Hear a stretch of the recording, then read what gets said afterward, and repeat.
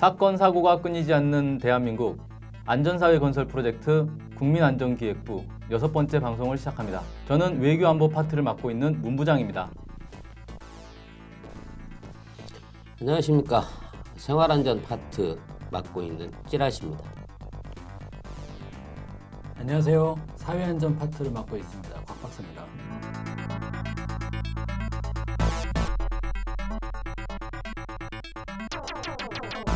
네, 세월호 일주기가 벌써 일주일 정도 앞으로 다가왔습니다. 대한민국에서 과연 무엇이 변했는지 되묻지 않을 수가 없네요. 최근에 세월호 특별법 관련해서 시행령안이 이제 발표가 됐는데 그 내용이 너무 심각하다. 지난주에 저희가 설명을 드렸는데요. 이와 관련해서 이 유가족분들의 행동이 그동안 계속 이어졌습니다. 가장 기억나는 게 삭발을 하셨어요. 50분이 넘는 분들이. 네, 정확하게 53분이 팽목항과 광화문 광장에서 한꺼번에 단체로 삭발을 하셨습니다. 네, 참 어떻게 유가족들에게 위로를 하고 이 진상을 밝혀주고 피해 보상을 해주고 이렇게 해도 모자랄 판에 유가족들이 삭발까지 해야 되는 상황이 왔는지 정말 이게 나라인지 의문이 들지 않을 수가 없습니다. 4월 4일과 5일 그 주말 양일을 거쳐서 안산 분향소에서 광화문 광장까지 1박 2일 동안의 기간 동안 아이들의 영정을 안고 유가족들이 행진을 했고요. 그 행진의 행렬을 따라서 일반 시민 6천여 분이 같이 그 길을 이렇게 1박 2일 동안 걸어주셨습니다. 그러니까 구간별로 참여하셨다가 돌아가신 분들까지 전부 합친다고 하면 한 2만 분이 넘는 사람들이 그 행진에 조금씩이나마 힘을 보탰고 또 그 길을 지나다니면서 지켜보신 시민들이 그 수백만의 시민들이 그 광경을 바라보면서 참 그 참혹한 어떤 그분들의 입장에 대해 지지를 많이 보냈고요. 그래서인지 그 여론조사 결과 그 드러난 것으로 77%의 국민들이 세월호는 인양해야 하고 진상조사해야 된다는 그런 여론조사 발표가 돼서 또 그런 부분에 있어서 많은 그 힘을 얻기도 했습니다. 네, 그리고 지금 시행령을 앞두고 유가족분들이 해수부를 방문을 했지 않았습니까? 어제 방문을 했는데 이 또 해수부에 들어가는 걸 또 막았어요, 경찰들이. 그래서 이제 담까지 넘어가면서 이 해수부에 들어가려고 했는데 이 과정에서 경찰들의 폭행에 의해서 많은 유가족분들이 다쳤다고 합니다. 제가 연락받은 것만 해도 그 고은이 엄마, 영석 엄마가 팔을 다치셨고요. 동진 엄마가 다리를 다치셨고 보현 엄마는 뇌진탕 증세를 보이고 있다고 합니다.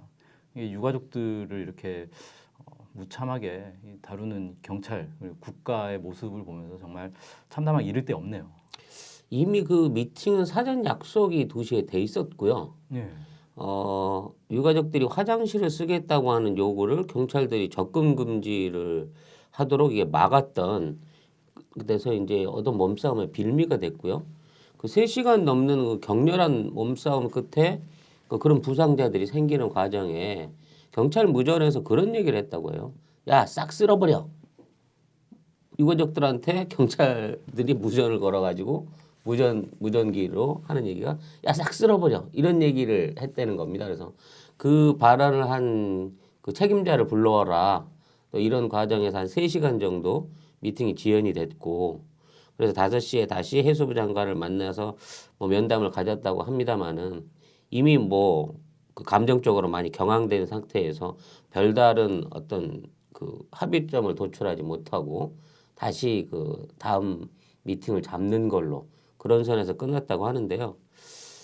이 정부가 세월호 인양과 진상 규명에 대해서 그리고 특별법에 의한 진상 조사에 대해서 얼마만큼 지금 이것을 외면하고 무성의하고 어떠한 형태로든지 덮어버리려고 하는지 그 의도를 알 수 있는 정말 참혹한 한 주였다고 그렇게밖에 평가가 되지 않네요.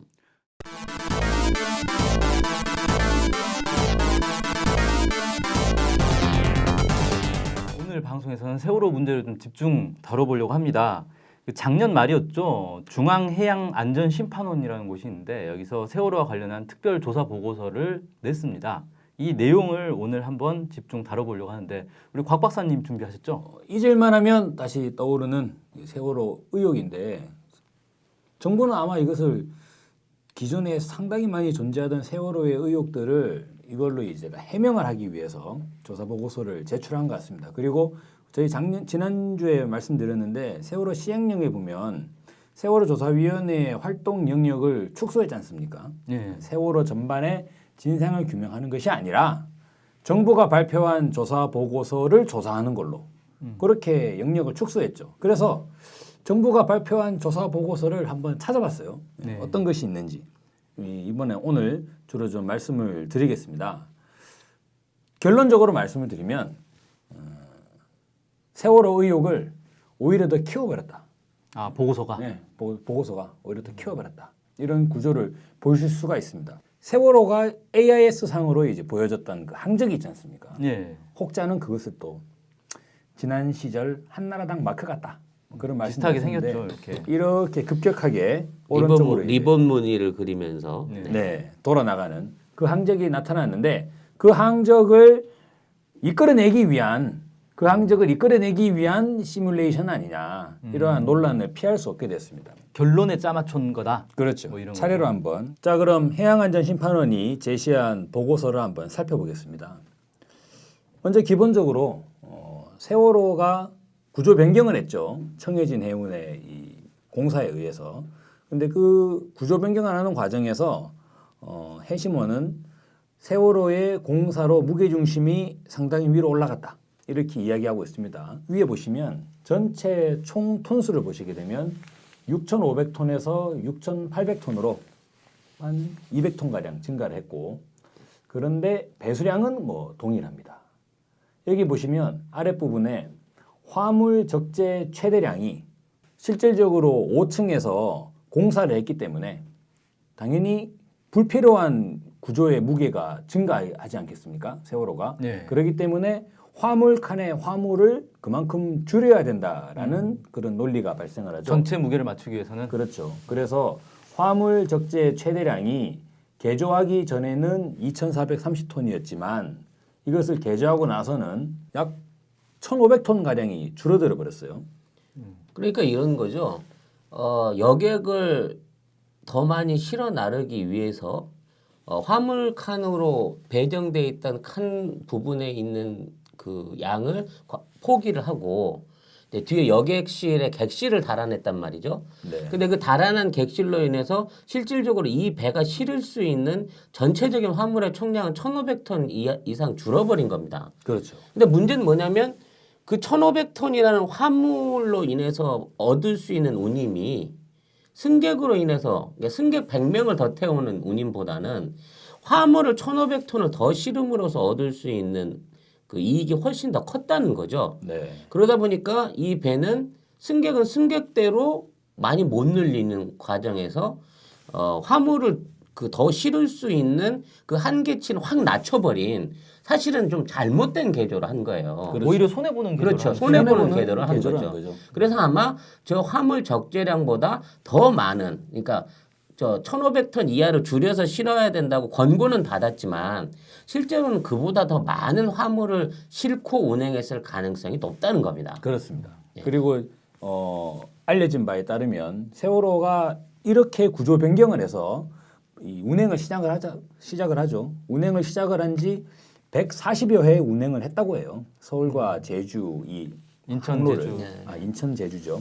항로를 140여 회 운항을 했는데 중요한 부분은 그 140여 회 운항을 하는 과정에서 세월호의 사고 크고 작은 사고가 보고된 게 없어요. 한 건도. 예. 그렇죠. 그리고 매번 과적을 했습니다. 규정사고로 매번 따져서. 과적을 했는데 그리고 이 사고 당일에 4월 16일도 과적을 가장 많이 한 게 아니에요. 이거보다 과적을 더 많이 한 날도 많이 있었어요. 이게 5번째인가 그래요. 그러니까 과적을 많이 한 걸로 치면. 그런데 그런 날에는 아무 이상이 없었어요.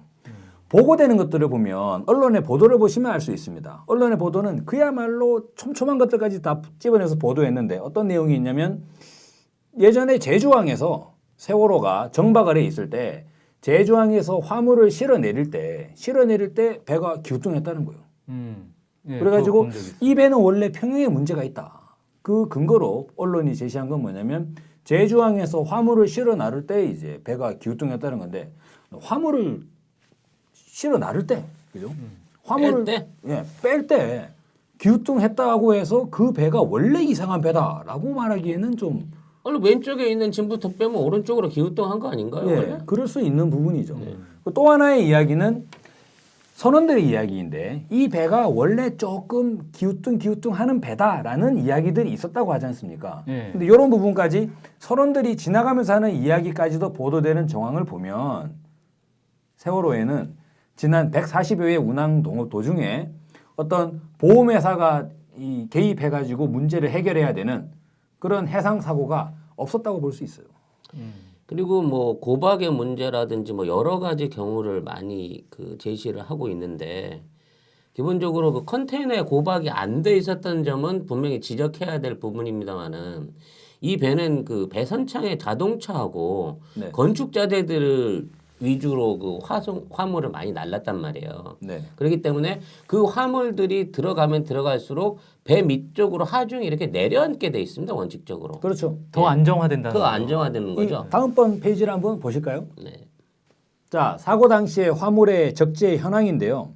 저희들이 이미지상으로 너무 많이 봐서 알고 있는 그 세월호 상부 갑판에 쌓여있던 컨테이너. 네. 많은 분들이 그 컨테이너가 쓰러져서 세월호가 중심을 잃고 완전히 이제 기울어졌다. 이렇게 보고 계시지 않습니까? 그 컨테이너가 여기에 있는 CDE 중에 E 갑판입니다. E 갑판이고 C 갑판과 D 갑판은 어디에 있는 것이냐 그러면 거의 대부분의 화물을 싣고 있는 저 CD 갑판은 세월호 선 내에 있습니다. 그렇죠. 그러니까 여객실 밑에가 화물칸이에요. 갑판이라고 해서 배 위에 있는 게 아니라 그렇죠. 아래쪽에 있는 아래쪽에 있는 부분이라는 것이죠. 그렇다면 사고 당시 세월호에 실려 있던 2,400여 톤의 그 화물들도 갑판 위에, 그러니까 그 컨테이너 박스가 있는 세월호 조타실 앞에 거기에 다 있는 것이 아니라 대다수는 그 세월호 내부에 있는 거라는 거예요. 그러니까 근본적으로 우리가 알고 있기로는 이 갑판 위에 있는 컨테이너 53개, 8피트짜리 53개하고 톤백 22개가 기울어짐으로써 이게 배가 기울어졌다고 우리들은 일상적으로 주장을 해왔는데 실제 C갑판이나 D갑판에 실려 있는 총 중량의 자재하고 그렇죠. 비교하면 10분의 1의 아니 20분의 1 수준밖에 안 되는 거예요. 이해가 전무기가. 왜냐면은 C갑판을 보시면 8피트보다 훨씬 큰 10피트짜리 컨테이너가 45개가 있습니다. 그리고 D갑판에 보시면 18톤짜리 트럭도 있어요. 5톤짜리 트럭과. 그러니까 대규모 중량의 이 화물들이 세월호 선 내에 있었다는 거죠. 그리고 저 트럭들이 전부 공차가 아니었을 거예요. 어느 짐을 정도 싣고 있을 것이다. 제주로 가는 화물들을 싣고 그렇죠. 있었고 또 건축자재들을 대부분 그 철골조와 이런 건축자재들을 많이 싣고 있었다고 하거든요. 네. 뭐 나중에 그게 이제 뭐 배 위로 떠올랐다고 하는데 이런 무슨 철근이나 쇠파이프가 물 위에 떠올랐다고 우기는 말도 안 되는 부분도 있긴 있지만 실제적으로 C갑판과 D갑판에 올려져 있는 화물의 중량을 봤을 때 E갑판에 있는 컨테이너의 어떤 기울음으로 인해 가지고 그게 이제 기울어짐으로 해서 배 전체의 균형에 문제를 줬다는 것은 상당히 문제가 있는 부분이라고 생각이 되고요.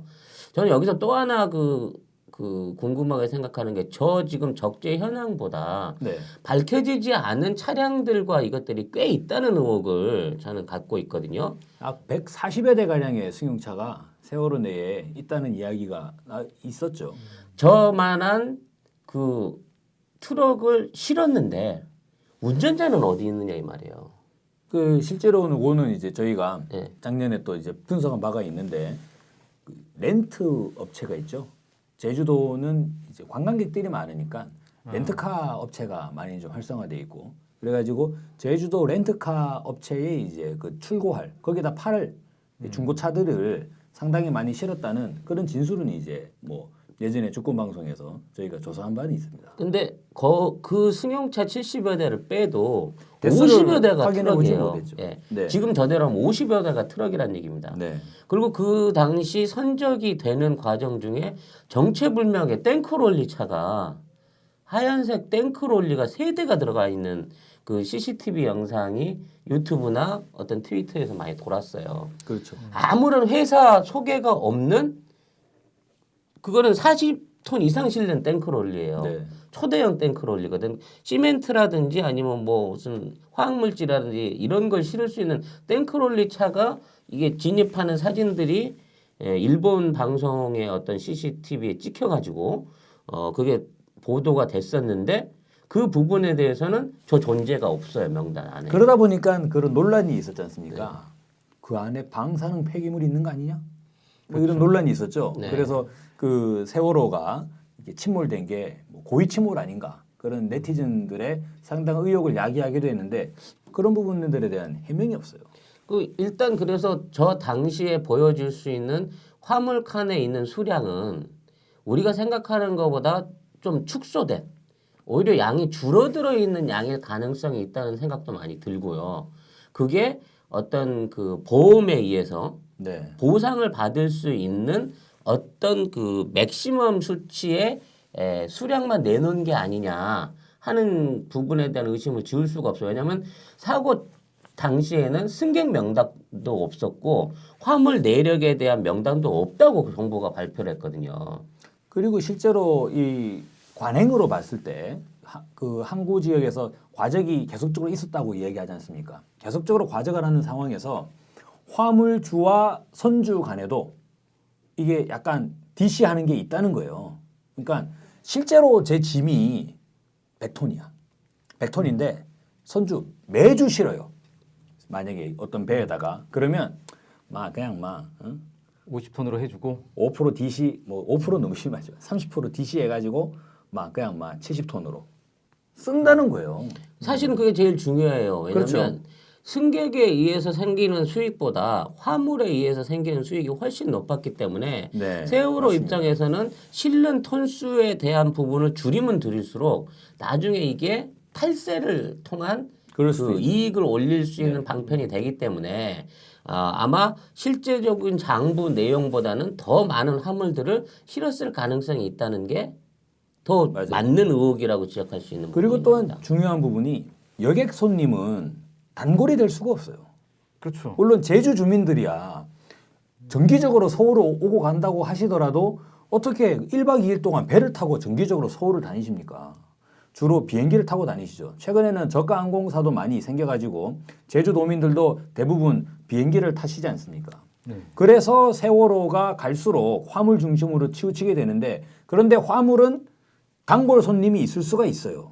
그렇죠. 왜냐하면 정기적으로 물동량을 수송을 해야 되니까 그런 상황이 되기 때문에 화물을 싣는 손님은 단골 손님이 될 수 있다는 겁니다. 이게 화주와 그러니까 화물을 싣는 주인들과 배를 운영하는 이 해운사 주인이 계속 본다는 거예요. 자주. 이번 주도 오셨네요. 다음 주도 또 부탁드립니다. 다음 주도 오세요? 이런 식으로 매주 이런 부분들이 진행이 된다 그러면 사실상 유착 가능성이 있는 것이죠. 그리고 제주도에 들어가는 주요 화물은요, 전부 그 육상으로 방법이 없기 때문에 해상 운송이 들어가는 거고, 그 중에 가장 큰 어떤 영향을 할 수 있는 게 세월호와 그 오하마나와 호지 않습니까? 이런 부분에 있어서 제주도에서 지금 계속 이어지고 있는 그 건축과 관련된 자재들, 부자재들이 엄청난 양이 실려 들어갔을 거라고 지금 관측이 돼요. 이번에 또 건축자재들이 그러니까 그 세월호가 이제 침몰했지 않습니까? 침몰하는 그 인근 해저면에 대한 소나 스캔을 이제 한 부분을 뭐 본 사람들이 있는데 그 과정에 보면은 그런 이제 여러 가지 자재로 추정되는 그런 부분들이 이제 해저에서 많이 발견돼요. 네, 많이 가라앉아 있을 목격이 거예요, 된다고. 실제. 왜냐하면 네. 그거는 물에 뜨는 자재들이 아니기 때문에 배가 뒤집어지는 그렇죠. 순간 그냥 쏟아져서 네. 나갈 수밖에 없는 입장이니까. 근데 어쨌든 저 화물량이 원래 보고된 것보다 더 많다 하더라도 그게 가판 위에 이렇게 올라가는 게 그렇죠. 아니라 아래쪽에 있기 때문에 그것 때문에 무게 중심이 올라가서 엎어졌다 이렇게 얘기하기는 좀 곤란하다. 그러니까 저희들이 머릿속으로 이미지로 떠올리는 것처럼 무게중심이 올라가는 게 아니라 무게중심이 올라가는 부분은 훨씬 적다는 거죠. 그래서 앞서서 보고서에서도 제시하는 바와 같이 무게중심의 상승분이 0.5m라는 거예요. 공선일 때, 전체 빈대일 때. 예, 세월호가 30m인데 높이가 30m인데 그 중에 0.5m 올라간다는 거죠. 50cm 정도의 상승은 있었지만 무게중심의 상승은 있었지만 그만큼 화물을 실었다고 하면 그 안정성은 오히려 화물선에 가까운 그 수준으로 이 배가 운행됐던 게 사실이라고 하면 그 정도 그러니까 갑판에 있는 우리가 생각했던 그 8피트짜리 컨테이너의 기울임으로 인해 갖고 배 전체의 어떤 그 균형을 잃게 할 만큼의 부분은 되지 않았을 가능성이 높다는 게 지금 그렇죠. 우리가 주장하고 있는 의혹점인 거죠. 그러다 보니까 합리적인 사고를 해 나간다면 8피트 컨테이너가 쓰러져 가지고 배가 기울어졌다고 생각하는 것보다 배가 기울어져서 8피트 컨테이너가 쏟아졌다고 보는 게 그게 합리적이라는 거죠. 원인과 결과가 그렇죠. 바뀐 반대다. 거죠. 그렇죠. 네. 그러면 너무나 자연스럽지 않습니까? 세월호 6,800톤에 달하는 세월호가 기울어졌어요. 원인을 찾아야겠죠 우리가. 그러기 위해서 저희는 인양을 주장하지 않습니까? 세월호가 기울어졌는데 기울어진 결과 세월호 상부 갑판에 있던 8피트 컨테이너 50여 개 컨테이너들이 쏟아져 내렸다. 자연스럽잖아요. 그런데 세월호가 가는데 뭔가 8피트짜리 컨테이너들이 쏟아졌어요. 그러니까 그래가지고 이유 없는 뭐 파도나 뭐 이런 걸로 인해 그래가지고 세월호가 이해할 수 없이 뒤집어져 기울어져 버렸다. 버렸다는 거야. 이거는 납득하기 어렵지 않냐 이거죠. 그러네요. 네. 자 다음 페이지 또 보시겠습니다. 이제는 이 조타하는 과정에서도 문제가 제기가 됩니다. 당시에 3등 항해사가 이 조타를 담당을 하고 있었죠. 그래서 27세 아가씨였죠. 처음 네, 그 실제로는 제주에서 서울로 운항을 할 때는 몇 번 운항을 해본 경험이 있다는 거예요. 근데 인천에서 제주로 가는 건 처음이었다. 뭐 이런 이제 이야기를 하고 있는데 이 사람이 전체적으로 좌현을 지시했다는 거예요. 왼쪽으로 틀어라. 그러니까 처음에는 이제 우연으로 오더 벤침을 한 것이죠. 그리고 그래도 제대로 안 되니까 우연으로 오더 벤침 한 번 더 하지 않습니까? 그래서 오더 벤침 2번을 했어요. 이 조사 보고서에서도 어떻게 이야기하냐면 박한결 항해사가 이야기한 오더 벤침은 무리가 없다고 이야기해요. 충분히 할 수 있는 것이다. 그런데 그 다음에 그래도 키가 제대로 돌지 않자 배가 기울었다는 거예요. 이제 배가 기울자 여기서 중요한 내용이 나오는데 아저씨 좌현이라는 표현이 있습니다. 아래 아저씨. 보시게 되면 네. 아저씨 급하니까 아저씨라고 그때 부르는군요. 당직 조타수는 5도만큼 우회전했다는 거예요. 5도만큼 우회전했는데 타가 왜 이러지? 이런 얘기를 했다는 거예요. 그러자 뒤에 있던 항해사가 아저씨 좌현 얘기를 했다는 거예요. 아저씨 좌현. 그랬는데 계속적으로 배는 우회두를 했다. 계속 오른쪽으로 갔다는 거죠. 근데 자기는 왼쪽으로 꺾고 있는데 예. 배는 자꾸 우연으로 갔다는 거 아닙니까? 그런데 이 보고서는 어떻게 결론을 내리고 있냐면 아마 그랬다면 아마 우회전을 했을 것이다. 그럼 누가? 조타수가. 조타수가 자기 마음대로? 예, 자기 마음대로. 조타수는 나이가 50이 넘은 사람이고 경험이 있고 예. 아가씨는 이제 27살짜리에 처음 여기서 해본 거니까 네. 뒤에서 시켜도 항해사가 시켜도 네. 조타수가 내 맘대로 아저씨 우회전이요 그랬는데 좌회전을 막 돌렸다. 아저씨 좌회전이요 그랬는데 이제 우회전을 막 돌렸다. 네, 좌현하면서 우회전을 했다는 거죠. 누구 말이 맞다고 해도 말이 안 되네요. 그래서 세월호의 비정상적인 급편에 의해서 선체가 기울었다고 합니다. 그런데 5도를 틀었는데. 예.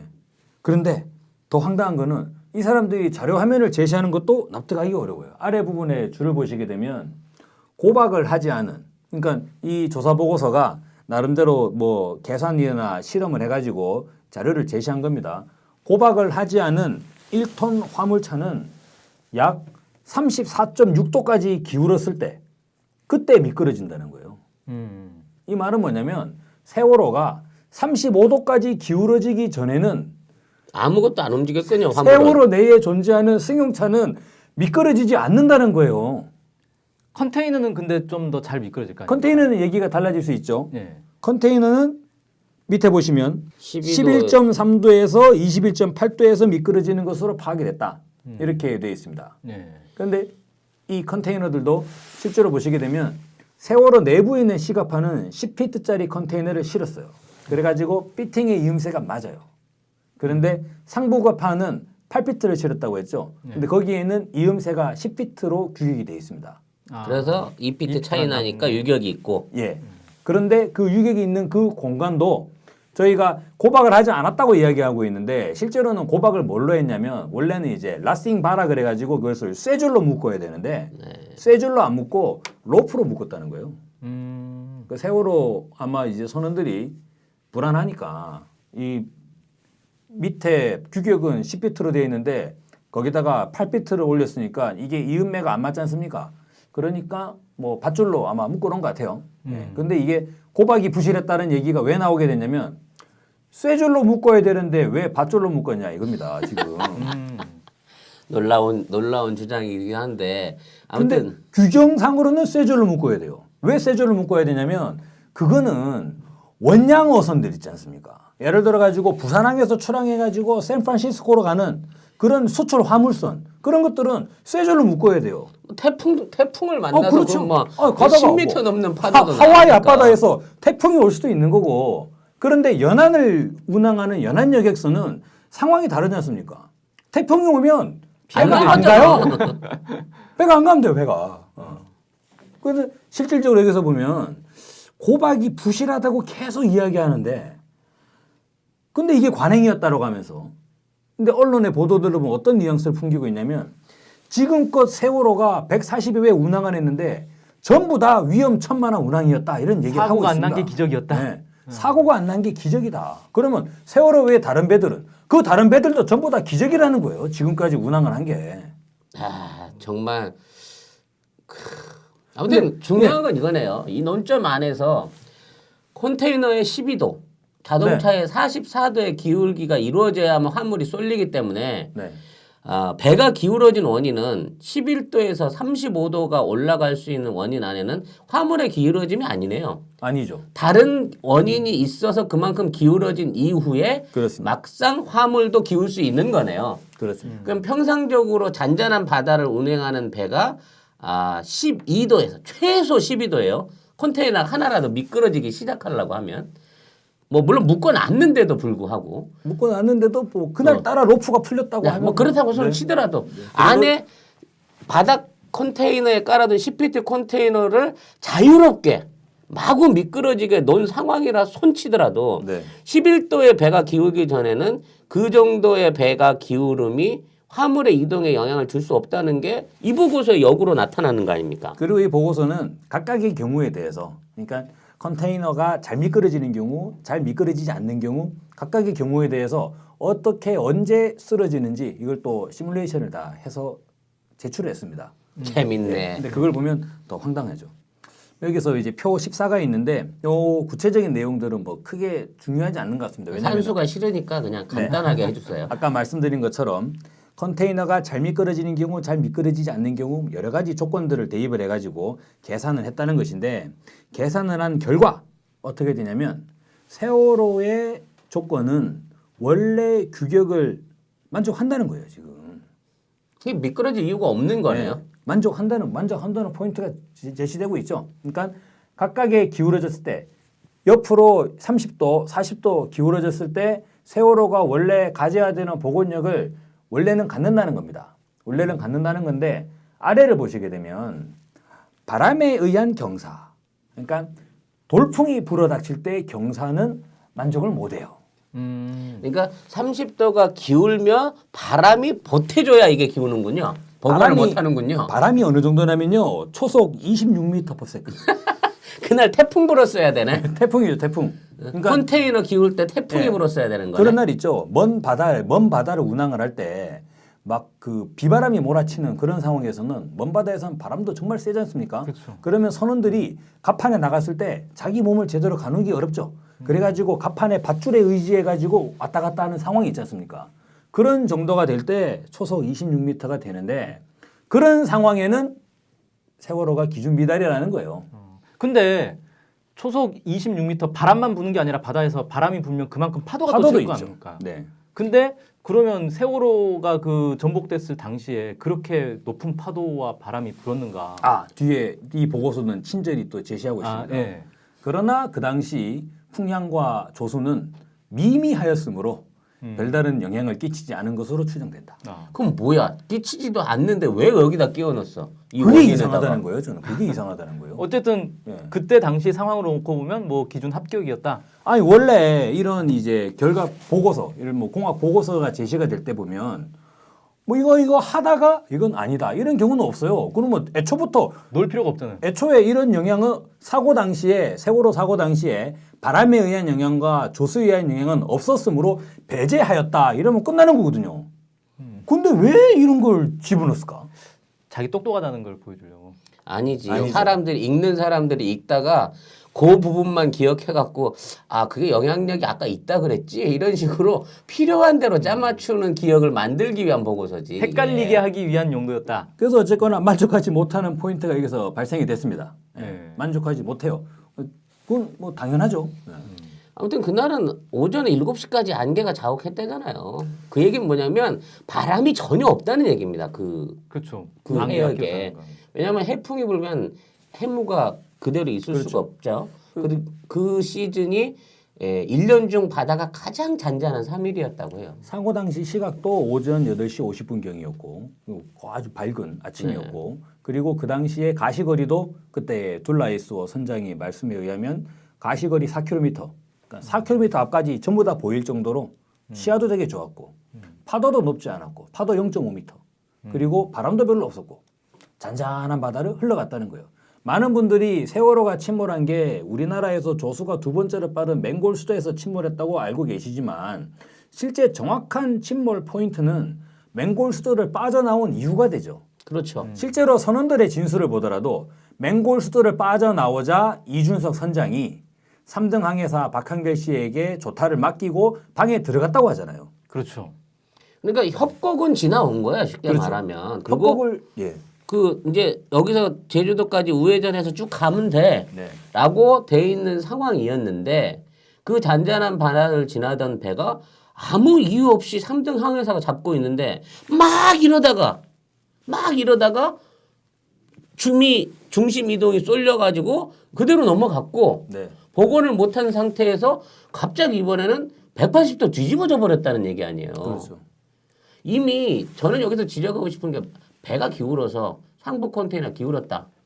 그럼 기운 것까지 이해할 수 있어요. 그러면 기울어져서 고박을 못한 컨테이너가 물에다 빠졌잖아. 네. 그럼 그 배는 기울 만한 원인을 해소했기 때문에 사실상으로는 복원이 돼야 되는 거예요. 컨테이너가 빠졌으니까 논리에 가벼워졌으니까. 의하면, 그 논리에 의하면. 그 논리에 의하면 그렇죠, 그렇죠. 원인이 제거돼 버렸는데 원인이 이미 아까 35도 이상 아니 12도 이상 기우는 순간에 컨테이너가 미끄러지기 시작해서 그게 기울어졌다고 쳐요. 그래서 이 배가 처음에 완전 45도 가까이 기울어져서 수면에 닿았을 때, 즉 컨테이너와 갑판 상부 화물들이 다 바다에 빠져 있을 때도 이 배의 화물실들은 물 밖에 있었단 말입니다.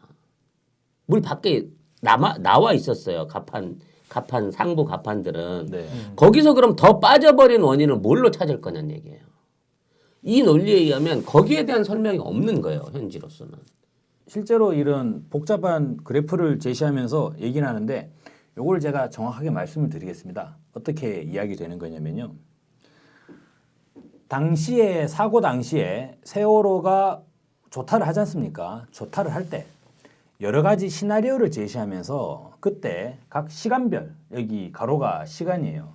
각 시간별 세월호가 어떻게 변화했는가 하는 것을 시뮬레이션을 했다는 겁니다. 근데 이 시뮬레이션 결과를 봐도 도저히 이해되지가 않아요. 왜 그러냐면 일단 다음 페이지 같이 보시고 말씀 나누는 게 좋을 것 같습니다. 조타를 이렇게 했다는 겁니다. 이건 무슨 말씀이냐면요.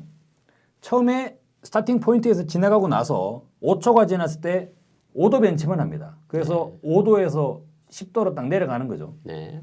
아저씨 5도 벤치미요. 이래가지고 우연한 것 같아요. 근데 5도 벤치만 했는데 잘 안 돼가지고 한 번 더 했다고 하죠. 네. 그래서 두 번째 벤치미 또 들어갑니다. 5도 한 번 더. 예. 그런데도 제대로 되지 않아요. 그래서 그때 그 조타수가 좋다가 하는 말을 하고 그래서 그 3등 항해사가 아저씨 좌연 이런 말을 한다고 하죠. 네. 그런데 좌연을 해야 되는데 우연을 했다고 가정을 하는 겁니다, 지금. 그래서 자연을 하라고 했는데도 또 우연으로 5도를 더 꺾었네요. 15도에서 10도를 더 25도로 꺾어버렸는데요? 5도가 아니라 10도로 지금? 우연을 꺾었다. 네. 라고 치고 지금 저거 시뮬레이션을 한 거예요. 네. 그러고 나서도 1분을 기다려야 됩니다. 뭐 꺾은 하려면? 상태로. 배가 쓰러지려면. 쓰러지려면. 그래서 이 부분을 보시게 되면 60초가 돼도 10도가 기울어요. 그러니까 아직은 화물이 기울 때가 아닌데. 그럼? 네, 조타를 하고 그러니까 아저씨 좌연했는데 우연으로 해놓고 계속 있어요. 계속 일분간. 있어야 되는 거예요. 지금 이 시나리오대로 되면 계속 있으면 이제 10도가 기울어요. 그러다가 80초가 지나면 이제 25도가 돼요. 아. 그러니까 이거는 그 드래프트 하듯이 우측으로 완전히 꺾어놓고 네. 계속 1분 이상 기다려야지. 1분 이상 버티고 있는 거네요. 네. 조타를 잡고. 그래서 제가 시청자분들이 좀 납득하실 수 있게끔 요 상황을 실제적인 시간대별로 한번 제가 재현을 해볼게요. 네. 어떻게 되는 건지. 자, 보시겠습니다. 이제 시작하는 거예요. 5도 벤치 해주세요. 했습니다. 네. 돌렸습니다. 네. 제대로 잘 되지 않죠. 5도 벤치 더 해주세요. 네, 또 돌렸어요. 근데 조타가 배가 기울어요. 아직 아니에요. 아직도 안 아직 기울 기울지. 때가 아니에요. 아저씨 아직 좌연 얘기했어요. 근데 줄었어 자연했어요. 10도. 근데 자연했어요. 그러고 이제부터 있어야 되는 거예요. 이제부터 있어야 돼요. 일본은? 배는 계속 이제 기울어요. 이제 아직은 안 기울어요. 아직도 안 기울어요. 이제부터 이제 배가 기울어 간다는 거예요. 근데 아무것도 안 하고 있어야 돼요. 1분 동안. 1분간 얼마나 계속, 기울어지나 지켜보자. 계속 아무것도 안 하고 계속 있어야 돼요. 아직도 있어야 돼요. 아직도 조타기를 보면 안 돼요. 이게 좌연인가 우연인가 확인을 하면 안 돼. 아직도. 그냥 있었다는 거예요. 그냥. 1분간. 아직 더 있어야 돼요. 아직 1분 아직 안 됐기 때문에. 뭔 1분 이렇게 길어? 배가 이제 거의 잡아졌어요. 그래도 조타기를 보면 안 돼. 계속 있어야 돼요. 계속. 뭘 하면 이렇게 되지? 이 정도 지금이 되면 이제 배가 완전히 넘어갔다는 겁니다. 완전히가 아니라 10도 넘어갔다는 거예요. 아니죠. 이렇게 되면 이제 30도가 넘어가요. 아, 이제 30도 넘어간 예. 거예요. 자, 이제부터 화물들과 컨테이너와 우르르 우르르 쏟아졌다는 되는 얘기네요. 거죠. 예. 그런데 이제 조타수는 나와서도 기억을 못 해야 되는 거예요. 그때 어떤 일이 있었지? 왜 내가 1분 동안 가만히 있었지? 아무것도 안 하고? 예. 이거를 조타수도 그렇고 항해사도 그렇고 왜 그랬는지 그렇죠. 말을 못 하는군요, 지금. 초반에 이상하다 해가지고 10초 만에 아저씨 좌연이라는 지시를 내립니다. 10초 만에 아저씨 좌연 지시를 내리는데 그게 우연이었다는 거예요. 근데 자연이라고 했는데 예. 그러고 나서도 10초가 아니라 60초간 그냥 가만히 있었다는 거예요. 왼쪽 오른쪽 구분 못 하나? 아니 그렇게 가정을 하고 시뮬레이션을 한 거예요.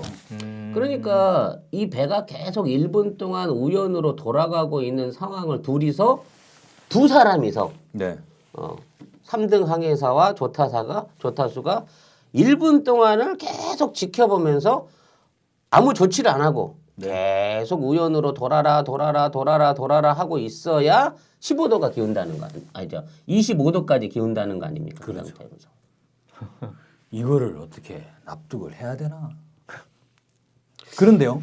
이 우회전했을 것이다 라고 보는 내용이 왜 나타나게 되냐면 선장의 증언이 있어요. 선장은 방으로 들어가지 않았습니까? 네, 나중에 배가 완전히 기울고 나서 다시 조타실에 왔다고 하잖아요. 네. 왔을 때 조타기가 우연으로 15도로 있었던 것 같다. 라고 선장이 이야기를 했다는 거예요. 계속 3등 항해사는 좌연으로 하라 그랬는데 예. 그래서 여기에서 그 발언이 근거가 되는 거예요. 전체 이 시뮬레이션의 근거가. 그러니까 3등 항해사나 조타수나 전체적인 정황상이나 이런 것들은 뭐 별무리가 없는데 선장이 우연 15도인 것 같다라고 되니까 그러면 좌연이 아니라 우연으로 한번 시뮬레이션 해보자. 근데 신기한 건요. 좌연으로 했을 때 결과가 나와야 되잖아요. 좌연으로 했을 때 시뮬레이션 결과는 제시하지 않아요. 우연으로 했을 자연으로는 때만. 배가 안 빠지죠. 그렇죠. 아니 왜냐면 근데 아니 얘들 입장에서 자연으로 돌렸다가는 화물이 기울거나 배가 넘어간 방향을 예. 저기를 못 해주는 거야. 말이 안 되죠. 예. 그러니까 이게 한 번도 자연을 안 해봤다는 얘기잖아. 그럼 결국은. 그 자료를 제시하지 못한 거죠. 저는 아마 프로그램 돌려봤을 거라고 생각을 합니다. 어떤 프로그램인지 모르겠지만 그들의 프로그램을 돌려봤겠죠. 그래가지고 배가 완전히 기울어지는 걸 나오기를 바랬지만 그랬으면 그렇게 갔겠죠, 그냥. 아니 상식적으로 근데 우현으로 틀면 오른쪽으로 가는 거고 네. 좌현으로 틀면 왼쪽으로 가는 거고 다시 서게 되는 거죠. 방향만 반대인 거지 결과는 똑같은 거 아닌가요? 아니 다시 아니죠. 서겠죠. 배가 우측으로 기울고 있었다는 전제 안에서 항해사나 기본적인 조타수는 이 기울어짐을 방지하기 위해서 좌측으로 반대로. 돌려야 된다는 얘기예요. 그러면 근데 다시 원상복귀 되니까. 그렇죠. 왜냐하면 그 이렇게 기울어도 이렇게 돌리면 반대쪽 방향으로 돌아야 되는데 얘네들은 말로는 좌현 해놓고 1분 20초 동안은 실제로는 우연으로 이제- 계속 꺾기만 했다는 거예요. 우연으로 해놓고 그리고 나서 확인을 안 했다는 거죠, 1분간. 납득이 안 되는데요? 이거는 그냥 봐도 이건 무슨 음모론? 네. 오히려 내부 소행론? 네. 일부러 지금 화물 엎어지나 안 엎어지나 확인해 보려고 계속 돌려놓고 아니, 이거 있는 거의 거니까. 이거는 사실 이 조사 보고서는요 의도적으로 오른쪽으로 꺾어버리고 그냥 방기했다는 뭐 이런 분위기가 돼버려요 지금 이게. 그리고 그 당시에 이제 뭐 추가 자료에 있는지 모르겠지만 그 정도의 속도와 조타를 통해 가지고 배가 그렇게 급작스럽게 기울기 위해서는 거의 배가 전속력이어야 돼요. 네. 이 배가 낼 수 있는 전속력에 가까운 노트를 내야 그 정도 기울기가 나올 수 있다는 얘기죠. 근데 AIS 항적도 보면 속도가 줄어들지 않았습니까? 이미 그 상황에서 최고 속력이 17노트까지도 줄어듭니다. 예. 최고 속력이 아니었잖아요. 근데 이 자료에서는 어떻게 제시가 되고 있냐면, 그러니까 논란은 이거죠. 세월호가 급격하게 오른쪽으로 틀어서 이제 침몰을 했는데 급격하게 오른쪽으로 튼 원인이 세월호 외부에 있느냐 아니면 세월호 자체에 있느냐라고 했을 때 이 보고서는 세월호 자체에 있다. 운항 미숙이다. 그런데 여기에서 또 어떤 논리가 나오냐면 조타기는 정상이었다는 입장을 가지고 있어요. 그럼 그럼. 결국 항해사와 이 실제로는 조타수가 이럴 수 있지 이상한 않습니까? 조타수는 좌현을 했어요. 좌현했는데 근데 그때 이미 조타기는 좌현으로 갈 수 있는 상황이 아니었다는 가정을 할 수가 있어요. 고장이 나버렸다. 왜냐하면 누군가가 조타기를 어떻게 해버렸으면 아니면 뒤에 돌아가는 키 자체가 이미 그렇게 휘어져 버렸다면. 예. 자 보세요. 세월호가 사고 나기 전에 CCTV가 다 꺼졌지 않습니까? 그렇죠. 직전에 꺼졌죠. 예. 이 의혹을 키워버린 이 조사 보고서에서는 세월호 CCTV가 꺼져버린 이유를 전혀 설명하지 않고 있어요. 그냥 조타수가 실수한 거기 때문에. 근데 만약에 이건 만약입니다. 가정이에요. 이건 현실이 아니에요. 만약에 누군가가 있었어요. 등록되지 않은 오렌지맨이 있었다고 쳐봐요. 네. 근데 그 사람이 뭔가 작업을 했어요. 조타기에다가 어떠한 작업을 해놨어요. 그래서 이것이 만약에 무조건 오른쪽으로만 꺾이게 돼 있다. 만약에 그러면 조타수는 좌현을 돌렸는데 배가 왜 이러지? 이런 상황이 되는 거예요. 그 전에 물론 CCTV는 꺼져 있죠. 그러다가 왜 이러지 하다가 배가 점점점 오른쪽으로 가는 거예요. 그러면 이 방에 있는 사람들은 우왕좌왕하겠죠. 아저씨 조타는 돌렸어 하면서 이렇게 되는 거죠. 그러고 나서 우리가 또 알고 있는 상황이지 않습니까? 배가 완전히 기울었어요. 더 이상 운행하지 못하는 상태가 됐어요. 그러자 해경이 왔는데 해경이 이상하게도 배 뒤로 가가지고 승객을 구하는 게 아니라, 그죠? 배 앞에 가서 난간에 노란 리본이 달려 있었죠. 주황색 리본이 빨간 리본으로 가는데. 그 주황색 리본이 달린 포인트로 가요. 가더니만 오렌지복을 입은 사람이 튀어나오네. 그렇게 나와요. 이거 이상하잖아요. 아무리 봐도 이거. 근데 조타기가 고장난 상태라고 해도 어쨌든 왼쪽으로 돌렸는데 오른쪽으로 가는 상황이잖아요. 네. 그 상황을 1분간 그냥 봤다는 거잖아요. 그냥 우왕좌왕했다는 건가? 1분간? 우왕좌왕했다는 거죠. 그래서 삼등항에서 박한결은 이제 막 울고 불고 있고 이렇게 됐다는 거죠. 배가 이제 쓰러지고 나서. 그러니까 결국은 조타실에서 할 수 있는 역할이 없었던 거네 그 배는. 그렇다고 치면. 왜냐면 그렇게 되는 조타가 거죠. 정상적으로 됐다고 하면 얘네들이 그렇게 일방적으로 우연으로 고의 침몰이라고 해서 우연으로 돌리기만 했을 이유도 없고 그걸 방기할 이유도 없는 거 아니야. 논리적으로 따지고 보면. 근데 실제로 이제 이 보고서에서는 조타기는 정상이었다라는 입장을 가지고 있습니다. 정상이었다. 네. 조타기는 정상이었기 때문에 그 안에 무슨 뭐 그런 거 없다 이거예요. 그건 없다. 이게 배 자체에는 아무 문제가 없다는 얘기인데 예. 저는 배 전문가도 아니고 해양 전문가도 아니고 딱 이거 하나는 이해가 안 되는 거예요. 배를 정상적으로 잔잔한 바다에서 달리는 배를 외부적인 요인 없이 조타기 조작만으로써 자빠질 수 있는 게 배라고 치면 아니 도대체 세상에 그럼 안전한 선박은 어디가 있어요? 그 정도 큰 선박이 핸들 조작으로 인해 가지고 갑자기 배가 뒤집어진다 바다에서. 더 충격적인 일은 그 전에 CCTV가 다 꺼져버리는 거죠. 이거는 있습니다. 뉴스타파에서 하는 얘기가 네. 배가 갑자기 기울문으로 인해 가지고 네. 그 CCTV를 관리하고 있던 서버에 이게 쉽게 말하면 코드가 빠져버리는 거지. 네. 이게 기계가 왈칵 고장나는 왈칵 거니까. CCTV 기계 자체가 고장이 남으로써 그러니까 이거를 스위치를 눌러서 껐는지 전원을 코드를 뽑아서 껐는지 모르지만 스위치를 눌러서 껐다는 증거가 없는 이상 갑자기 배가 기울어서 코드가 빠져가지고 그렇게 코드가 빠지려면 CCTV가 꺼지는 타이밍에 이미 배가 기울어야 확 되거든요. 기울어버려야 되는 거지. 근데 이유 그렇게 없이. 되면 그 이후에 컨테이너가 넘어갔다는 내용과도 맞지가 않아요. 그렇죠. 그거하고도 말이 이게 안 되는 거지. 이상해져 외부적인 버리는 원인에 거예요. 있는 거지 예. 배가. 근데 이제 뭐 그러면 이제 정부 쪽의 입장은 뭐가 되냐면 CCTV는 뭐 잘 모르겠고 물론 넘어지면 빠질 수가 있는데 넘어지지 않은 상태에서 그냥 뭐 툭 하고 빠져. 누구 발에 걸려서 코드가 뽑혔다 뭐 이런. 그것도 아니죠. 왜냐면은 그거는 누군가에 의한 이제 뭐 미필적 고의로 인해 가지고 이제 빠져버렸다는 얘기가 되는 거니까 그것도 아니다. 그냥 저절로 뭐 빠져버렸다는 거죠. 그냥 있다가 그냥 푹 그냥 이게 코드는 뒤에 있어요. 어차피. 예. 그런 거죠. 코드는 뒤에 있기 때문에 사람이 들어가지 않으면 일부러 못 뽑고 네, 네.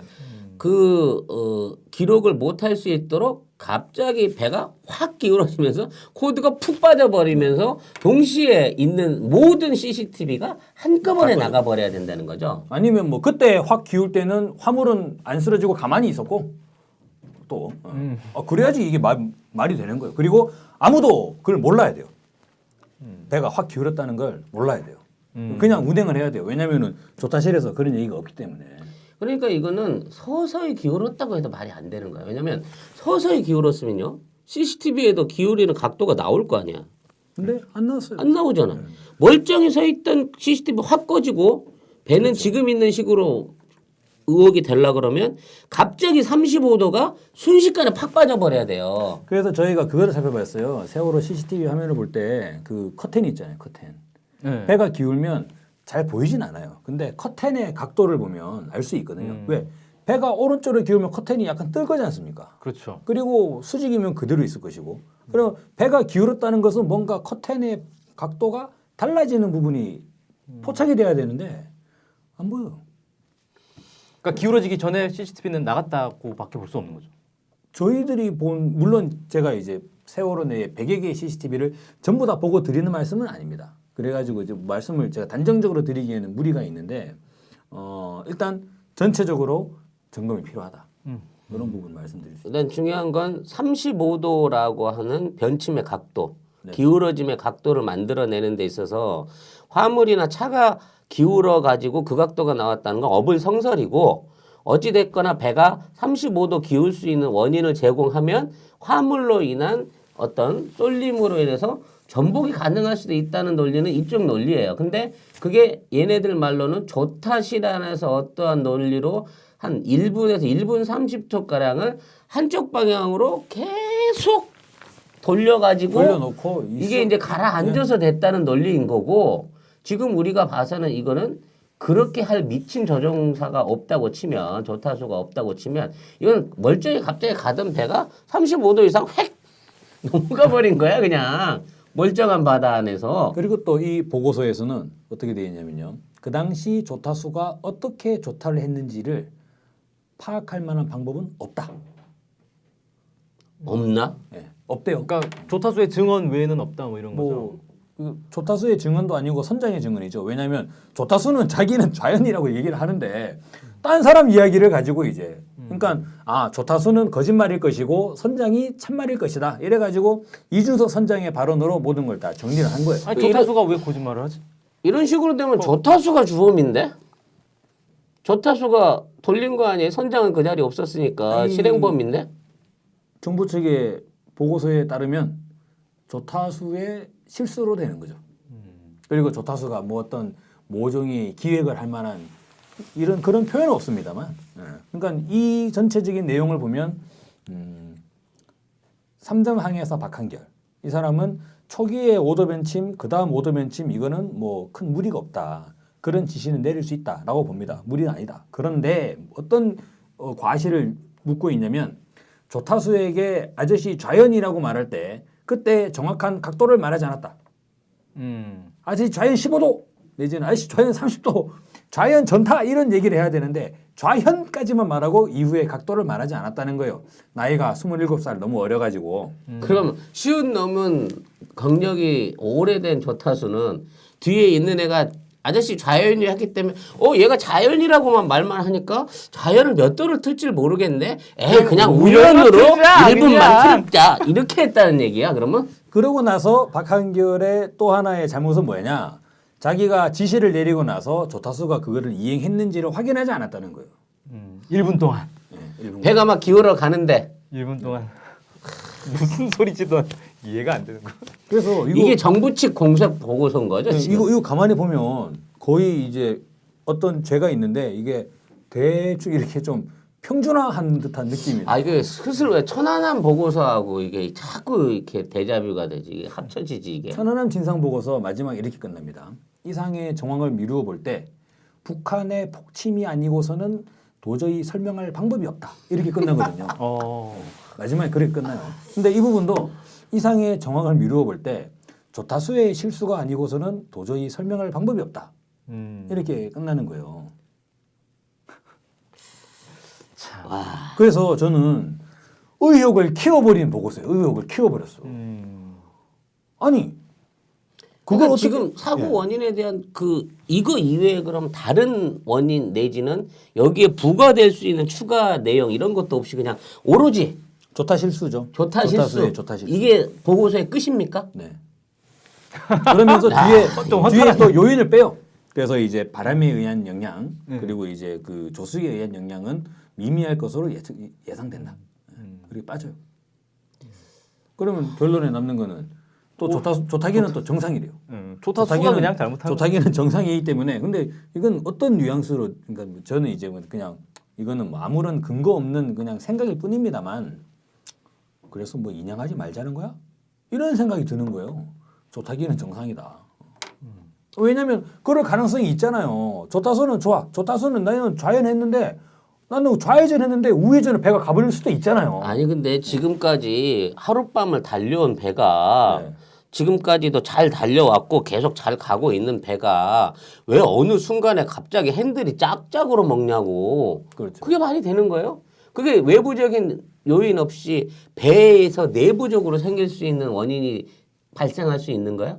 그럼 설사 그렇게 발생했다고 했더라도 그 부분에 대한 게 모두 이제 갓 처음 맹골수로해서 지금 이거를 조타해본 27살 된 3등 항해사의 실수라고만 이런 식으로 밀어붙이는 게 조사 보고서의 원인이라는 거예요? 마지막에 이렇게 되어 있습니다. 우연타를 25도로 사용하였을 경우 60초 후에 16.1도의 횡경사가 발생하고 겨우. 이렇게 얘기하고 있어요. 실제로. 그래서 겨우. 상황을 보면 아저씨 좌연했는데 그래 나는 우연 해놓고 1분간 있었다는 거예요. 그냥. 무슨 자동차 드래프트 하는 것도 아니고 배를 그런 식으로 몬다는 게 이해가 가요? 사람을 500명 가까이 싣고 6,000톤급에 넘는 그 커다란 배를 그리고 그 원인으로 인해서 아까 몇 도라고요? 16도? 26도? 26도? 그 컨테이너는 이제 아니 그게 아니라 일본 그렇게 후에 해서 만들어진 16.1도. 16.1도의 경사가 네. 결국은 자동차는 못 움직이고 컨테이너 일부는 움직일 수 있는 영향이 있다 손 치더라도 네, 컨테이너도 이제 최저 11.3도에서 최대 21.8도이기 때문에 이 보고서에 의하더라도 네. 컨테이너가 안 넘어갈 수도 있어요. 그러니까 그 16도라는 각도를 만들어낸 게 겨우 1분 몇십 초간에 열심히 계속된 우회전해서. 우연 네. 그 우탄데 좌연으로 가라고 했는데 우연해놓고 이제 우연을 1분간 해놓고 1분 몇십 그냥 있어야 초를 돼요. 계속 배가- 버티고 있어야 배는 되는 계속 건데 서서히 기울어가는데 배가 왜 이러지 하면서 계속 조타기를 안 봐야 되는 거죠. 그렇게 어렵게 만들어낸 1분 넘게 그 우연으로 좌연으로 가라 그랬는데 이빨 우연으로 돌려서 만들어낸 그 각도가 결국은 세월호의 상부갑판에 컨테이너 기울기를 만들었고 네. 그 컨테이너 기울림으로 인해 갖고 이 보가 완전히 180도 뒤집어져 버렸다. 이게 사고 원인이라는 거 아니에요 지금. 정보 그리고 보고는. 여기에 25도도 이게 전타가 아니에요. 그러니까 이제 이빨이 감은 것도 아니에요. 그렇죠. 예. 그냥 전체적으로 감을 수 있는 것 중에 절반 정도, 그 정도 감았다는 이야기예요. 그럼 얘가 한 감을 수 있는 전타에 한 40도, 50도는 안 감고 왜 그러면 16도만 감았지 그럼? 아니야 저기 15 아까 25도까지 감았죠? 네. 우연 왜 25도만 감았지 그러면? 그래서 이야기가 이렇게 나오는 거죠. 맨 처음에 박한결 5도 벤침, 그 다음 5도 벤침 이제 10도가 됐고, 나중에 선장의 진술 보니까 우연 15도더라. 그게 15, 합의 25. 이렇게 제시된 것 같습니다. 그러면 여기서 그 말한 리본형의 그 궤적 있잖아요. 네. 이 배가 어느 순간 견차를 시작한 이후로 동력을 잃고 표류한 듯한 네. 그때는 실제 이제 표류한 것 같은 느낌인데 그 당시에는 서 있었죠. 그때까지만 하더라도 실제로 완전히 기울진 않았잖아. 해수면에 닿을 정도는 아니었죠. 그렇죠. 저희들이 이후에 그러니까 구조팀이 출동을 해서 그 해경의 헬기로부터 맨 처음에 동영상 촬영이 시작됐습니다만 저희들이 본 부분, 저희들이 비로소 영상으로 목격한 세월호의 모습은 그로부터 거의 한 20여 분간 지난 시점에서 목격이 되는 거잖아요. 근데 그때도 세월호가 그 조타실이 아직 해수면에 닿지 않았어요. 한참 더 기다려서 조타실이 거의 해수면에 닿았을 때 비로소 홈포트가 해경 1, 2, 3정이 가가지고 그 실제로 선장을 데려오지 않습니까? 그 부분을 보면 세월호가 막 사고가 났을 시점은 그것보다 훨씬 더 덜 기울었다고 볼 수가 있죠. 그러니까 이미 그 급속한 16도의 원인으로 해갖고 침몰이 됐다는 그 시간까지만 하더라도 그러니까 배가 기울어서 동력을 잃고 있는 상황에서도 충분히 여객실과 배의 대부분은 물 밖에 있었다는 얘기예요. 네. 그 당시에도. 그런데 그게 갑작스럽게 해경이 출동하고 난 이후에 사람도 안 구했는데 180도가 기울어져 버린 거 아니에요. 배가 갑자기. 저는 여기서 그 정부 보고서에 드러나는 부분은 오로지 핸들 조작, 이게 전타 조작, 바닷속에 들어있는 키의 조작으로 인해 갖고 배가 오른쪽으로만 돌다가 이 배가 넘어갔다는 얘기밖에 안 되는데 이게 물리적으로 가능한 내용인가를 국가가 아닌 좀 해양 전문가한테 이걸 확인을 받아봐야 될 것 같아요. 상당히 많은 논란들이 있는데요. 지금 예전에 있었던 다른 선박들의 경우에 배가 상당히 기울게 되면 이 좌우의 마찰이 달라져 가지고 급속도로 회전한다는 그런 보고들이 있습니다. 그런 보고들이 있는데 그렇다면 세월호의 경우에 외부적 요인에 의한 이제 그런 궤적인가 아니면은 내적 원인에 의한 궤적인가 급속히 기울어진 데 따른 궤적인가 이런 부분들을 확인을 해보려면 인양을 해봐야 돼요. 이거를 끄집어내 가지고 온전한 형태로 실제로 세월호를 인양을 하는 것이 전체 세월호 사건의 진상조사의 시작이 아닌가. 일단 그 우연으로 돌리는 키가 아니 좌연으로 돌린 키가 우연으로만 계속 유지될 만큼 기계적인 문제가 있었는지도 중요하고 네. 만일 외부적인 요인이 작용했다고 하면 왜냐하면 내부적으로 설명할 게 없으니까 네.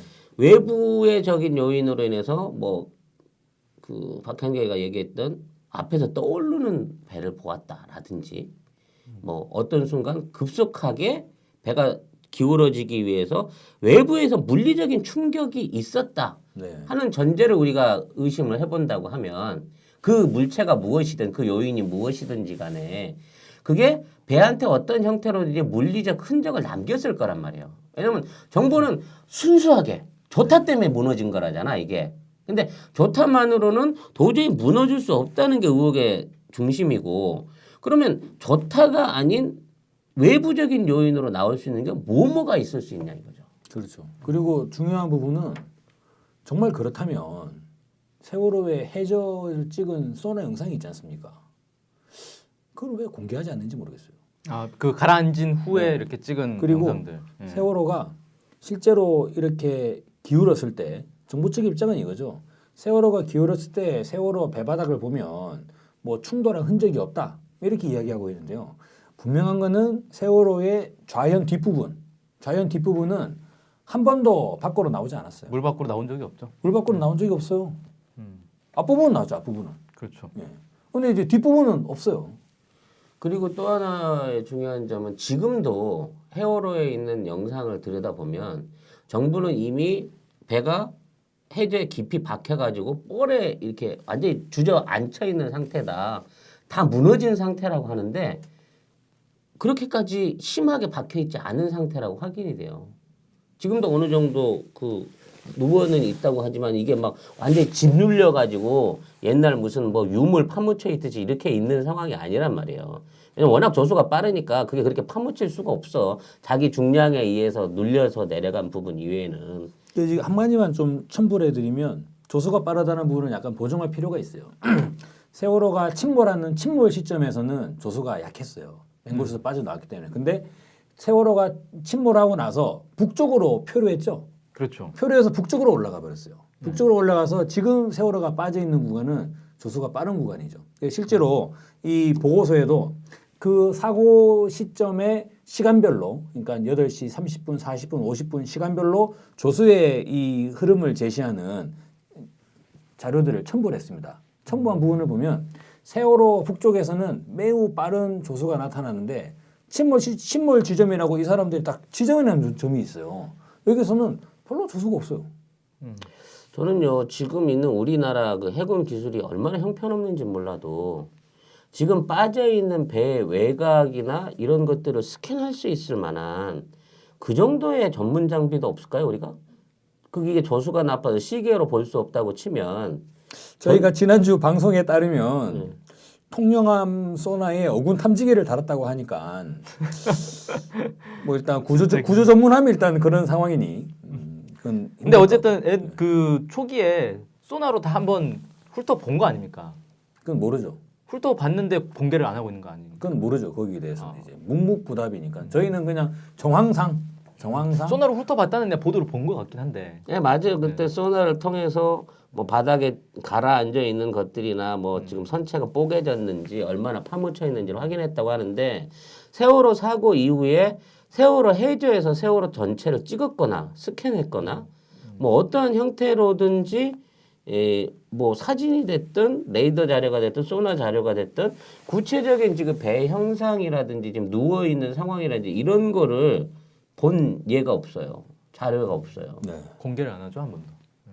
그렇게 우리가 기술이 안 돼? 이- 바닥에 빠져 있는 배 구조하라는 얘기가 아니라 사진만 찍어오라는 그 거예요. 배에 대한 사진하고 구체적으로 외관이 어떻게 돼 있는지만 찍어오라는데 그것도 안 돼 우리가? 참.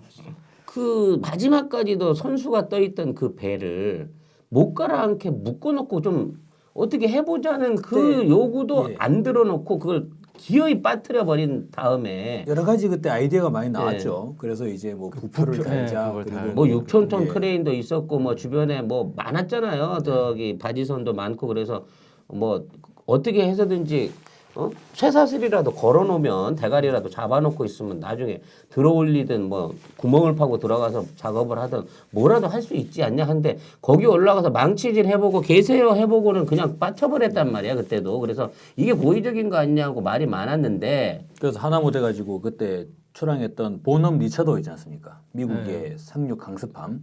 그 배가 2만 톤짜리예요. 세월은 7천 톤인데. 네. 아 그럼 하다못해 가지고 보넘 리처더 함에다가 쇠사슬 묶어가지고 묶어도 되잖아요. 아니 그리고 거기서 1점 몇 킬로만 나가면 바로 백사장이잖아. 그렇죠. 그걸 밀어도 돼요. 그때 다른 해난 사고에 보니까 다 화물선이나 유조선 같은 게 배가 기울면 그리 대고 밀어버리더만 그냥 좌추하라고 모래톱에. 그럼 걸어 내려왔어 거기 있던 사람들은. 그 당시에서 돌아댕기던 그 유조선이나 누가 하나만 그렇게 밀었어도.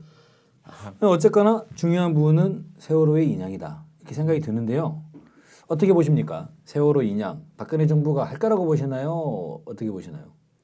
일단 지금 나오는 얘기는 뭐 국민들의 동의와 그다음에 가능성이 있다면 하겠다 이게 정부의 공식 발표 아닙니까? 네. 단서를 달아서 하는 그런 말은 한 번도 지키는 꼴을 본 적이 없어요. 그럼 저는 믿지 않습니다. 국민들의 동의하고 그다음에 가능성이 있는지 이 두 가지를 충족해야 이제 인정한다는 거예요. 이미 국민들은 77%가 인양을 원하고 있다고 여론조사가 되었고 이미 해양 전문가들이 온전한 선체 인양이 충분히 가능하다고 의견을 밝혔는데도 불구하고 정부는 6월 달에 가서 이 내용을 내놓겠다고 합니다. 그때까지 추가 검토 기간을 또 가진대요. 네.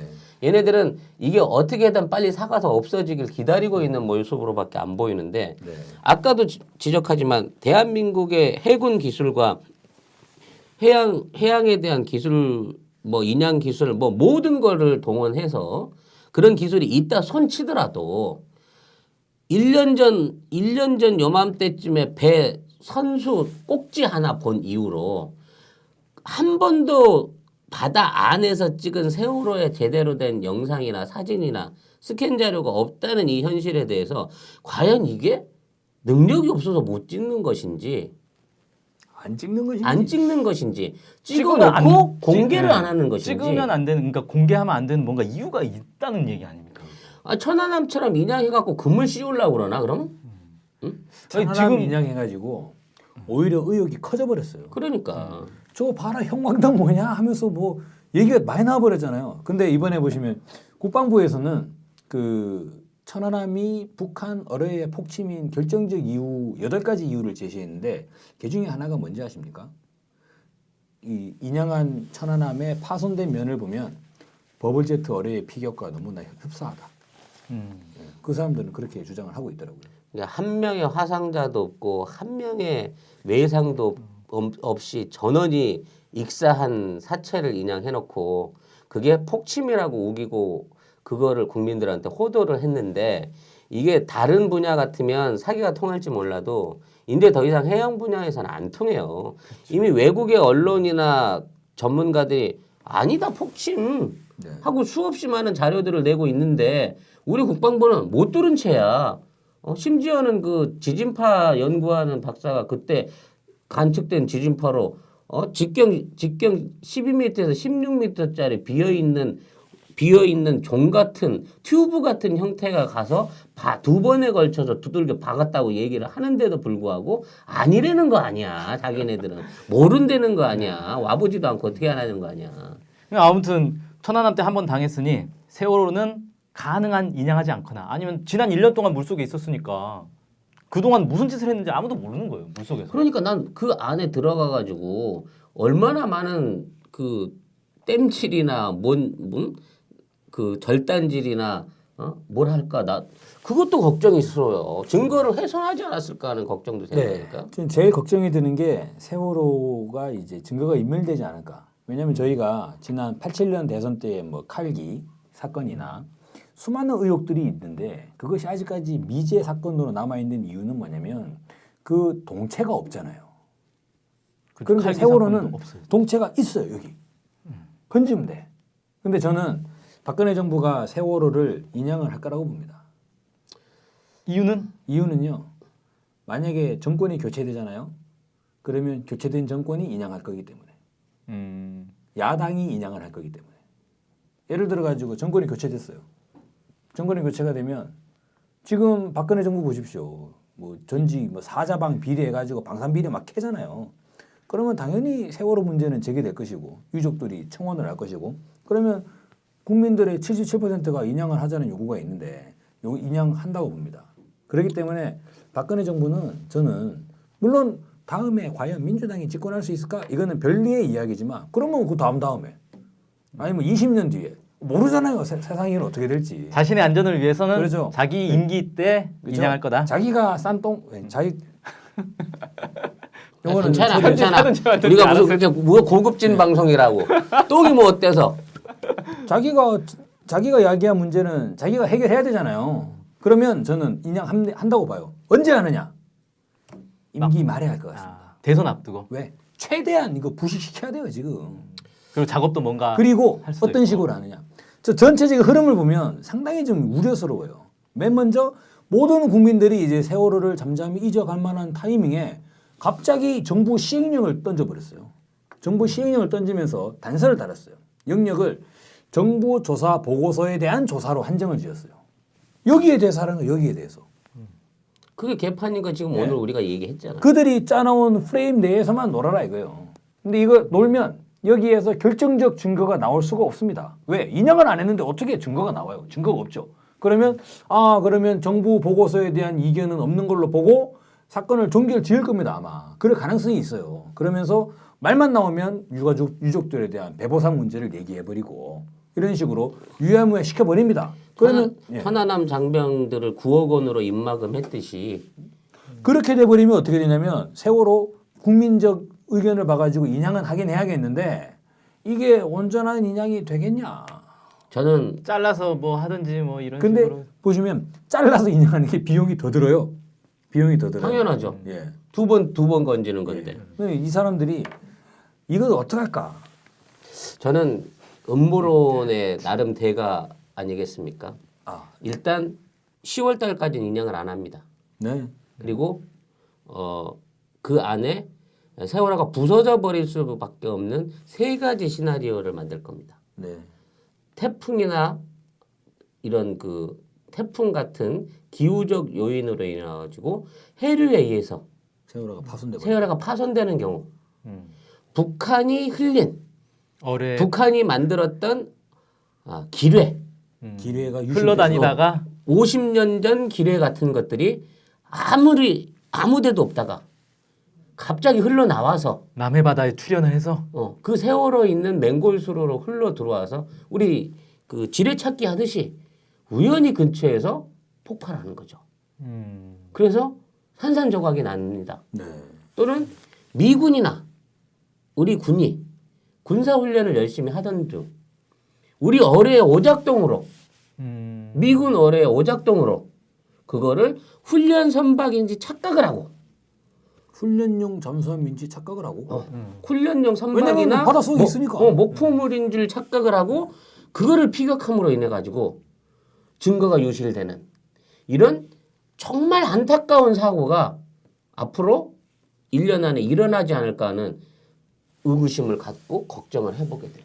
그 그럴듯한 시나리오인데 저는 충분히 가능성이 있네. 내년 총선 국면이 좀 걱정이 되긴 합니다. 그러네. 왜냐하면 지금 있는 상황에서 77%라는 지지율은 깜짝 놀랄 지지율이거든요. 그렇죠. 이제 여기서 섣부르게 시행령을 강행을 하고 뭐 조사를 엉망으로 해가는 그게 생기면 이제는 시행령은 어쩔 수 없다 이제. 왜냐면 나라가 법으로 정해가지고 강행해서 밀어붙이면 뭘로 막을 거야? 지금 있는 이 능력 없는 여당과 똘똘 뭉친 그 여당 야당의 이 야합 속에서 정치적으로 이게 해결되길 바라는 거는 도저히 무리고 이미 조사에 대한 그 진상 조사에 대한 걸 버렸다고 하는 입장에서 마지막 눈에 가시는 바닷속에 있는 저 증거물 하나인데 저 증거물을 천안함처럼 고스란히 인양해갖고 단순하게 그 허국 명령들과 사망한 장병들을 앞세워갖고 막아보려는 시도는 과학적으로 완전히 실패했단 말이에요. 그러니까 이런 사태가 안 생겨나려고 하면 저건 없어져 주는 게 좋은 거거든. 근데 잘 안 썩어? 안 없어져? 웬만하면 하지 말지. 어차피 이거 28억짜리인데 1,000억씩 들여서 인양할 필요 있을까 하고 버팅기다가 자연재해든 인재든 어떠한 생각지도 못한 요인으로 인해 갖고 저거를 무너뜨릴 수도 있지 않을까 하는 음모론을 생각해 보게 네. 돼요. 일단 지금은 그 세월호 특별법을 무력화하는 데 집중을 하는 것 같습니다. 그리고 이건 이미 성공했죠. 예, 그리고 이것을 거기에 쏟아지는 비난의 화살을 돌리기 위한 방편으로 인양 카드를 이제 던지는 거죠. 뭐냐면 인양할게. 인양하면 되잖아. 인양하는데 또 이제 하세월 시간 끌다가 그러면 중간에 이제 뭐 어떻게 될지 또 알 수 없는. 세월이 지나가요. 그러면 세월호 특별법은 제대로 미완의 특별법. 처음부터 미완이었죠. 작년에도 좀 더 의지가 있었으면 말이죠. 네. 지금 있는 상황에 비해서 인양을 못할 이유가 뭡니까? 뭐 실종자 9명이 안에 있기 때문에 그래서 통째로 드러내라는 거 아니에요. 처음부터. 그렇죠. 중간에 유가족들이 포기했잖아요. 이제 인양해라 그러면. 네. 더 이상 이제 증거를 훼손시키기 전에 인양해라. 그것도 그게 벌써- 6개월 전이에요. 네, 거의 예, 그렇죠. 근데 그때부터 인양할 수 있었다고. 그때부터 태스크포스팀 다 있었고 해외 유력 그 군한 회사에서 다 기본적인 그 인양 방식에 대한 내용까지 다 나와 있단 말이에요. 네. 우리가 돈이 없어요? 돈이 1,000억이 없어서 그걸 못 하나? 뭐 장비가 없어서 그럼 전 세계 7,000톤급 장비를 끌어올릴 수 있는 나라가 없나? 그게 불가능한 것인가? 아니란 말이에요. 국내 업체들도 이거 할 수 있다고 다 얘기하는 자기들한테 업체도 있어요. 달래잖아. 그렇죠. 책임지고 한다고. 돈만 주면 다 들어 올린다는 거지 뭐. 그래서 결론은 그거군요. 오늘 우리가 살펴본 거는 그나마 정부가 지금 있는 증거를 얻기 위해서 지난 한 1년 동안 만들어서 연말에 발표한 보고서는 단순하게 핸들 조작 미스였다. 결론은 선체인 이상 없다. 믿어달라. 초보 운전자의 운전 미숙으로 인한 초보 운전자는 아니에요. 조타수는 나이가 많기 때문에. 근데 이제 그 이해할 수 없는 조타수의 실수에 의해서 그냥 이렇게 된 엎어진 거다. 예. 믿어라.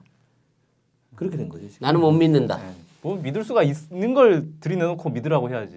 믿을 수가 있지. 그 혹시 또 마지막으로 더 하실 얘기 있으신가요? 그래서 저는 인양을 하되 세월호 선체의 보존이 지금 매우 중요한 문제다. 이런 부분을 좀 말씀을 드리고 싶고요.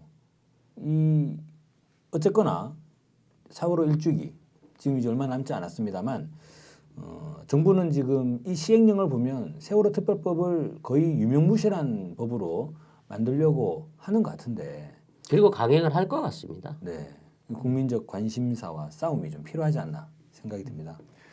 네. 오늘 세월호 1주기를 앞두고 세월호에 대해서 다시 한번 의혹들을 짚어봤고요. 작년 말에 정부가 내놨던 이 특별 보고서의 내용을 보면서 더더욱 의혹만 더 짙어졌다. 이렇게 결론 내릴 수 있겠습니다. 이 의혹을 해결하기 위해서는 반드시 세월호를 온전한 상태에서 인양을 해야 된다. 그리고 지금 이 진실 규명을 막기 위해 정부가 이 특별법 시행령, 악마의 시행령이라고 그러죠. 이 시행령을 밀어붙이려고 하는 걸 반드시 막아내야 되겠다. 이렇게 말씀드리면서 오늘 방송 마치겠습니다. 감사합니다. 감사합니다.